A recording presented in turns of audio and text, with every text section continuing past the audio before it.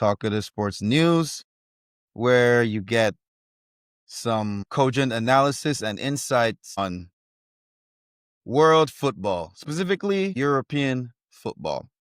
So before I get to it, please, thank you for joining me. Like, subscribe, comment, share, all the fun stuff that is part of good streamer etiquette. If you like the video, you might as well subscribe. If you subscribe to the channel, you might as well share it. Because why not? You know? It's because of you guys that I'm able to sit here and do my little 15-minute spiel on some hot topics that are going on in European football. Yeah. So let's get started. Our first topic of the day is Luiz Diaz, now a player for Bayern Munich, coached by Vincent Kompany, which Bayern Munich is, if you've been following them in the Bundesliga, they are currently first in the Bundesliga, and they've been scoring goals like crazy. And that's in part because of the acquisition of a gentleman called Luiz Diaz from Liverpool. So let's talk about this for a second. So I noticed something about Bayern signing Luiz Diaz and then Liverpool having all these signings, like TK, Isak, Florian Wirtz, attacking signings. So Luiz Diaz has 22 goals and assists for Bayern, while new Liverpool signings, I'm talking all the new signings, including Frimpong and Kerkez, only have 20 goals and assists. Liverpool fans, are you sure selling Luiz Diaz was the right move? The money seemed good, Money seemed very good at the time, but hindsight, was this the right move? Let's talk about this. Isak finally scored his first goal. Congratulations, Isak. But in all the games this season that you've played, you have 2 goals. 2 goals, I believe 1 assist, which came against Chelsea. So that's 3 goals and assists total. Ekitike, I think you have something like 5-6 goals and a couple assists. And with Ekitike's lack of production, I can't solely put the blame on himself, because the guy started red hot, scoring in his first, 3 games, something like that. He started on fire. And then the acquisition of Alexander Isak, now Arne Slot has to get him involved. But getting him involved takes away game time from Ekitike, putting him on the bench, cooling him off, bringing him off the bench, and the guy can't kick a tennis ball into a swimming pool. So this new dynamic in the Liverpool attack hasn't really worked out much. I mean, Florian Wirtz, just when we thought he scored his first goal, it was taken away from him because it was a deflected goal that wasn't even, his shot wasn't on target, apparently. So yeah, 22 goals and assists for Bayern, 20 goals and assists for newly acquired players. Spent over 400 million, 300, 400 million pounds to acquire these players, and 20 goals and assists right now so far in the season just does not cut it. So Liverpool fans, was this a good deal for you, selling Luiz Diaz? Ask yourself that question the next time you watch Arne Slot's Liverpool put on a stinker. Was selling Luiz Diaz really a good deal for you? Because to be honest, Arne Slot's team last season, Luiz Diaz had a lot to do with the reason why I think you pretty much cruised to the to the Premier League title last season. There wasn't much. There was a little fight from Arsenal, but we know all you got to do. Arsenal is like the Dallas Cowboys. All you got to do is just wait. Just wait. It's only a matter of time. But you sold one of the linchpins to your title success last season to a team in the Bundesliga who's won 9 out of the last 10 titles in the Bundesliga. And now you're wondering why your team is struggling? I think it's pretty obvious. But hey, don't shoot the messenger. I just give the numbers. That's all I do. Liverpool fans, ask yourself, was selling Luiz Diaz really worth it? Because I don't think it was. But please, just asking questions here. Don't shoot the messenger. Our next topic of the day. Endrick. Why does Xabi Alonso not favor you? What's going on, Endrick? Let's debunk this. Let's talk about this, because there's this. It's not a picture. It's actually a video, I think. Well, it's a picture and there's like video footage of you on the bench in the Girona game. I believe it was against Girona this past weekend, with tears in your eyes. And my guy, I don't blame you. I do not blame you one bit. I thought they should have loaned you before the season started, because even during the preseason games, it didn't seem like Xabi Alonso really preferred you over Gonzalo Garcia.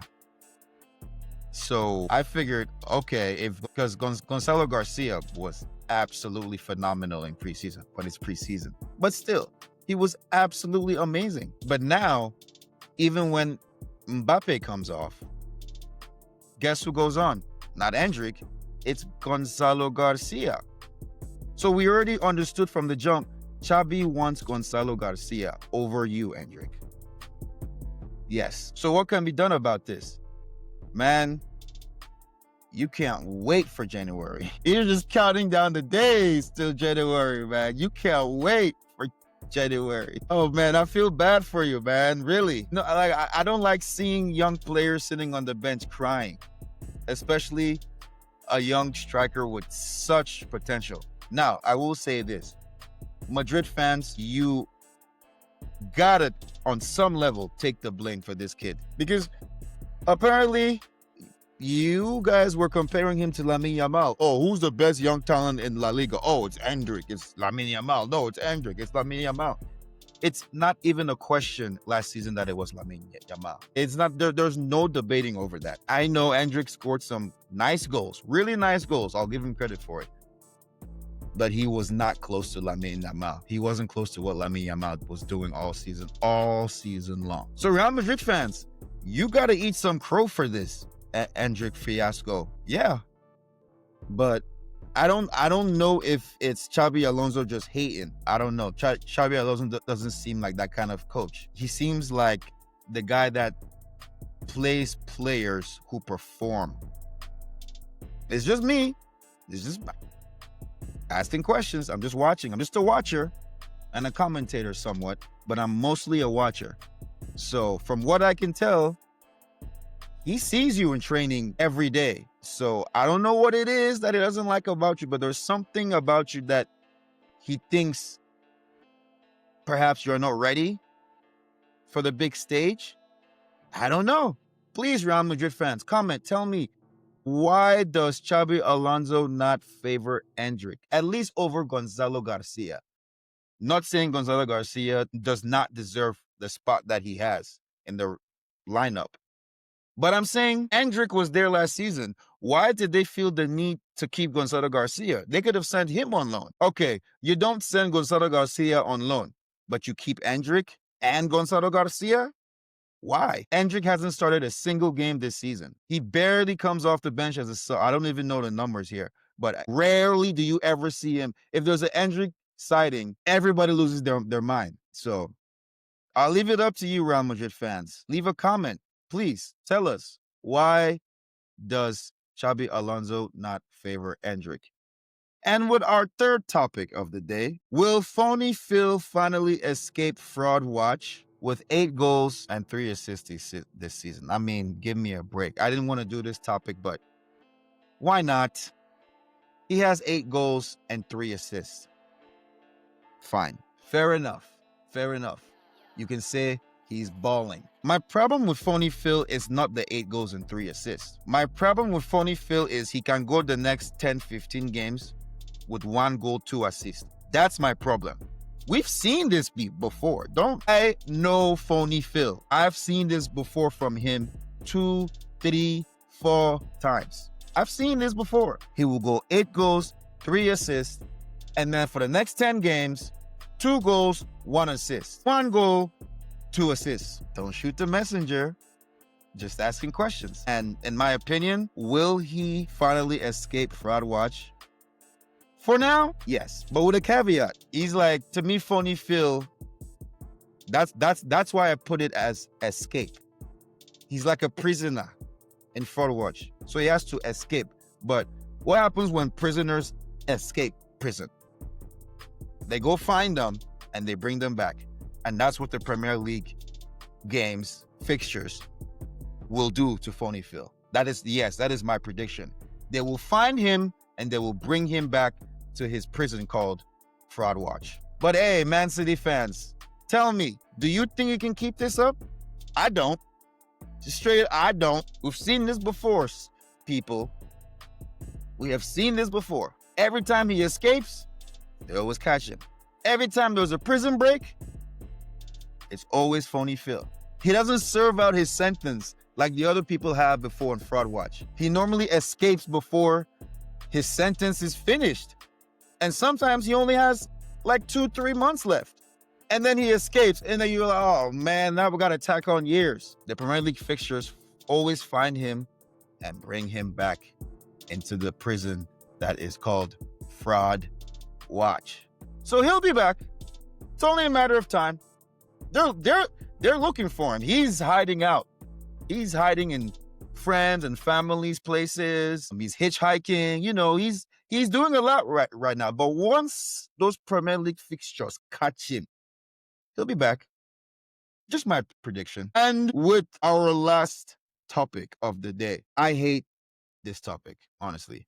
But, ladies and gentlemen, we got to free Kobbie Mainoo from the clutches of Manchester United. We have to free Kobbie Mainoo from the clutches of the Red Devils, which is also called Manchester United. Kobbie Mainoo has only played 171 minutes of football this entire season, and that is including cup games. Well, they got knocked out by Green Beans. Sorry, Grimsby. So there's no more cup games for them. But now he's just sitting on the bench. Honestly, I watched the entire West Ham game. It was pretty heartbreaking to me. And I'm not a Manchester United fan, obviously. But even as a Chelsea fan, it was very heartbreaking to me just watching him sit there.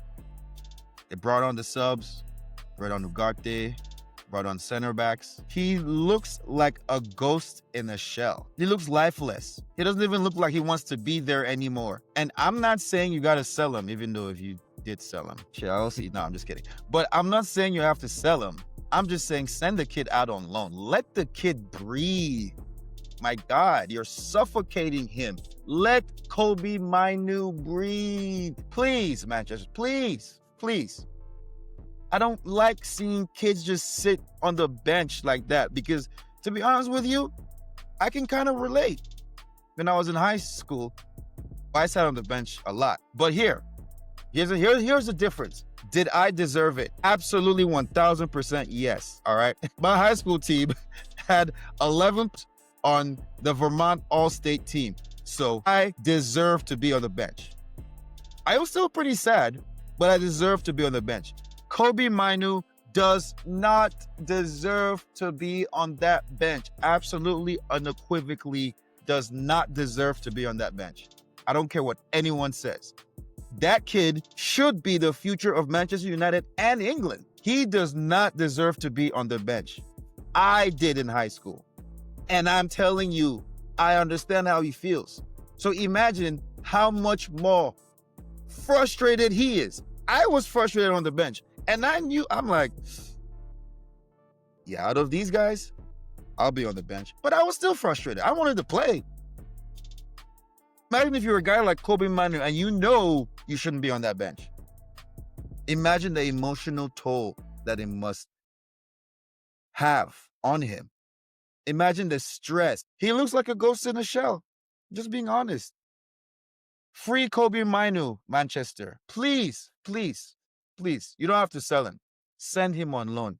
Please, please. And with that being said, thank you, ladies and gentlemen, for joining the show. That is Talkative Sports News, episode 14, allowing me to ramble on about my thoughts and my feelings about this and that. It's only thanks to you, that I'm able to do this. Without you guys, there would be no me. So you have my appreciation, you have my thanks, and please like if you liked the video. And if you liked the video, you might as well comment. If you commented on the video, you might as well go ahead and subscribe to the channel. And if you subscribe to the channel, you might as well go ahead and share the video. You know, you might as well. But with that being said, thank you all for joining. Peace.